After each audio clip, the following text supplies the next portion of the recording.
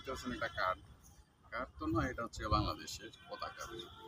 এখানে একটা পিনও আছে যে আপনারা যখনই নবীনগর স্মৃতি শহীদে ঢুকবেন, কিছু লোক আছে এগুলো আপনার শরীরে লাগিয়ে দিবে, বাট বলবে যে এমনি এমনি, কিন্তু লাগানোর পরে আপনার কাছে হাদিয়া নেবে যে আপনি খুশি হয়ে যা দেন আর কি, তারা চাপ দেয় না।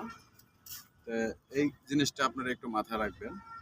এখানে আসলে পরে এরকম কিছু মানুষ আছে আপনার আমাকে দেওয়ার জন্য, সেই জন্যই আপনাদের মাঝে কথা বললাম। অবশ্যই এই জিনিসটা একটু মাথায় রেখে স্মৃতি শহীদে আসবে।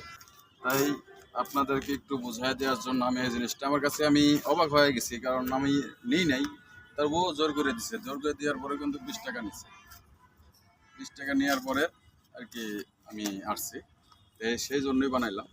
অনেক সময় অনেক মানুষের কাছে ঠিক মতো টাকা পয়সা থাকে না, দেখা যায় সেই ক্ষেত্রে অনেক প্রবলেমে পড়তে হয়। মাংস মানের একটা ব্যাপার স্যাপার আছে, সেই ক্ষেত্রে সেই সতর্ক হিসাবে এই ভিডিওটি বানাইলাম। অবশ্য ভালো লাগলে অবশ্যই আপনারা